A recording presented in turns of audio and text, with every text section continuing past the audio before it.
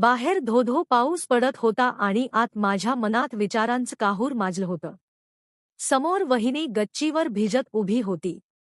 तिला त्या अवस्थेत पाहताना मला जाणीव झाली की दादाच्या आयुष्यात ती फक्त नावापुरती पत्नी आहे, पण माझ्या मनात तिने कधीच घर केलं होतं. आज मी आमची ही अधुरी गोष्ट जगासमोर मांडणार आहे. अश्विनी आणि प्रसादच्या लग्नाला 5 वर्षे झाली होती. बाहेरून बघणाऱ्याला हे सुखी कुटुंब वाटायचं, पण घराच्या 4 भिंतींच्या आत अश्विनी एका सोनेरी पिंजऱ्यात अडकली होती. प्रसाद आयटी कंपनीत मोठ्या हुद्द्यावर होता. त्याचा दिवस सकाळी 9ला सुरू व्हायचा आणि रात्री उशिरापर्यंत पटॉपच्या निळ्या प्रकाशात संपायचा.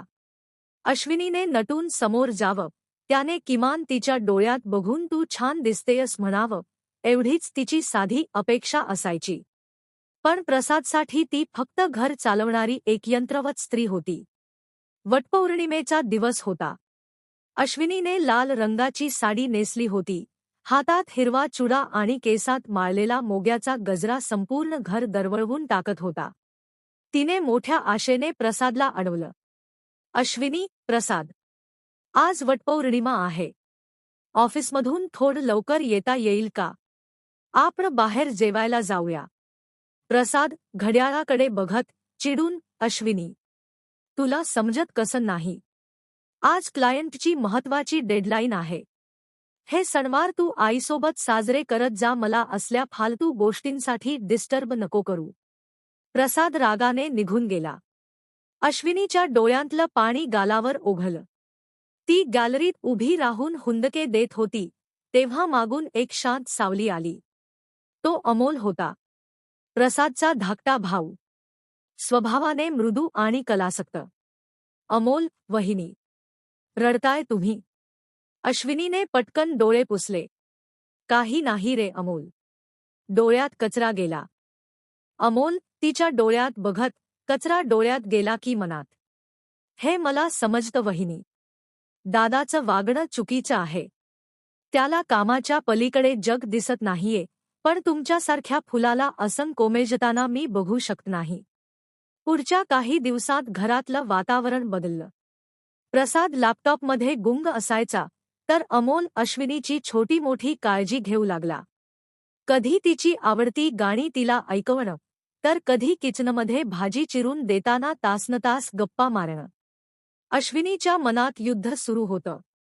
मी एकाची पत्नी आहे, दुसऱ्याची वहिनी. हे चुकीचं आहे, पण मनाचा एक कोपरा म्हणायचा, ज्याने हक्क गाजवायला हवा, त्याने कधी प्रेम दिलंच नाही. मग जे प्रेम मिळतंय ते नाकारू कसं? एके दिवशी दुपारी आईबाबा मंदिरात गेले होते. अश्विनी गच्चीवर कपडे काढायला गेली आणि अचानक पाऊस सुरू झाला. ती पूर्ण भिजली. अमोल तिथेच उभा होता. दोघे समोरासमोर आले. अमोल हळूच जवळ आला. त्याने तिच्या कपाळावर आलेली ओल्या केसांची बट हळूच कानामागे सरकवली. अमोल, वहिनी, तुम्ही फक्त सुंदर नाही, तर खूप मौल्यवान आहात. दादाला तुमची किंमत नाही, पण मला आहे. अश्विनी थरथरत होती. अमोल, हे चुकीचं आहे. कोणाला समजलं तर? अमोल, जे हृदय ओसाड पडलं, तिथे प्रेमाचा पाऊस पडणं चुकीचं कसं असू शकतं? आता रात्रीची शांतता त्यांना जवळ आणू लागली. जेव्हा प्रसाद घोरत झोपलेला असायचा, तेव्हा अश्विनी आणि अमोल चोरून भेटू लागले. पण पाप कधीच लपतं नाही. पहाटेच्या 5 वाजता अश्विनी जेव्हा अमोलच्या खोलीतून बाहेर पडली, तेव्हा समोरच तिचे सासरे म्हणजे बाबा उभे होते. अश्विनीच्या पायाखालची जमीन सरकली. बाबा, थंड आणि गंभीर आवाजात, सकाळी हॉलमध्ये या दोघांनीही. आणि प्रसादलाही उठवा. सकाळी हॉलमध्ये भयान शांतता होती. प्रसादला काहीच कल्पना नव्हती. बाबा, प्रसाद, आज तुला एक सत्य सांगायचं आहे. तुझी बायको आणि तुझा सख्खा भाऊ यांच्यात जे सुरू आहे, त्याला जितका अमोल जबाबदार आहे, त्यापेक्षा जास्त तू आहेस. प्रसादला जणू वीज पडल्यासारखं झालं. तो संतापाने अमोलवर धावून गेला.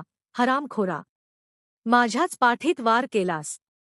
पण अश्विनी आज शांत बसली नाही. ती खंबीरपणे मध्ये उभी राहिली. अश्विनी, थांबा. हात खाली करा. 5 वर्ष मी या घरात एक जिवंत प्रेत म्हणून वावरत होते. कधी विचारलं मला की तुला काय हवं? तुमची डेडलाईन, तुमच्या मीटिंग्ज, यात मी कुठे होते? अमोलने मला सन्मान दिला, त्याने मला माणूस म्हणून जगवलं. जर हक्काच्या माणसात ओलावा नसेल तर माणूस आधारासाठी दुसऱ्याकडे जाणारच. प्रसादचे हात हवेतच थांबले. तिला आरसा दाखवणारे तिचे शब्द त्याच्या काळजाला आरपार चिरून गेले. बाबांनी प्रसाद समोर उभे ठाकून त्याला खडसावलं. बाबा, प्रसाद, ज्या झाडाला स्वतःचा मालक पाणी घालत नाही, ते झाड शेजारच्या बागेकडे झुकच. चूक अमोलची आहेच, पण त्याला निमित्त तू दिलं आहेस. आज मी तुला घराबाहेर काढू शकलो असतो, पण मला हे घर जोडायचं आहे, तोडायचं नाही. बाबा अमोलकडे वळले. बाबा, अमोल, तू जे केलंस ते पाप आहे. वहिनी आईसमान असते. तुला तुझा भाऊ चुकत होता तर त्याला सांगायला हवं होतं. आजपासून तू 2 वर्ष या घरापासून लांब शहरात राहशील. स्वतःच्या पायावर उभा राहशील आणि तुझ्या मनातील हा मोह कायमचा काढून टाकशील. त्यानंतर बाबा अश्विनीजवळ आले. बाबा, अश्विनी, लेकी, तुला या घरात जो छळ सोसावा लागला त्याबद्दल हा बाप तुझी माफी मागतो.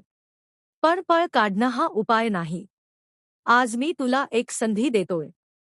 प्रसादला स्वतःला सुधारण्याची आणि या संसाराला सावरण्याची. प्रसाद ढसाढसा रडू लागला.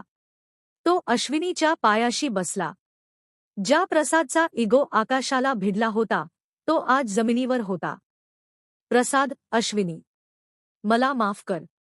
मी पैशाच्या मागे इतका आंधळा झालो होतो की माझ्या बाजूला असलेलं माझं जग मी विसरलो. मला एक शेवटची संधी दे. मी तुला ते सगळं प्रेम देईन ज्याची तू हकदार आहेस. 2 वर्षांनंतर अमोल शहरात आपली नोकरी सांभाळून सुट्टीत घरी आला होता. आज घरात पुन्हा वटपौर्णिमेचा सण होता. अश्विनीने तीच लाल साडी नेसली होती.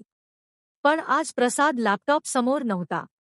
तो ऑफिसला सुट्टी टाकून सकाळीच घरी आला होता. त्याने अश्विनीसाठी मोग्याचा मोठा गजरा आणला होता. प्रसाद, अश्विनी, आज आपण बाहेर फिरायला जाणार आहोत. फक्त तू आणि मी. अश्विनीच्या डोळ्यात आज आनंदाश्रू होते. तिने अमोलकडे पाहिलं, ज्याच्या नजरेत आता फक्त वहिनीबद्दलचा आदर होता. एका चुकीच्या वळणाने सुरू झालेली ही गोष्ट आता विश्वासाच्या मार्गावर सुखाने सुरू होती. मित्रांनो, ही कथा कशी वाटली? प्रसादची चूक आणि बाबांनी दिलेला न्याय तुम्हाला पटला का? तुमच्या प्रतिक्रिया कमेंट्समध्ये नक्की कळवा. अशाच नवनवीन आणि हृदयस्पर्शी कथांसाठी आमच्या पेजला चॅनेलला लाईक करा, शेअर करा आणि सबस्क्राईब करायला विसरू नका.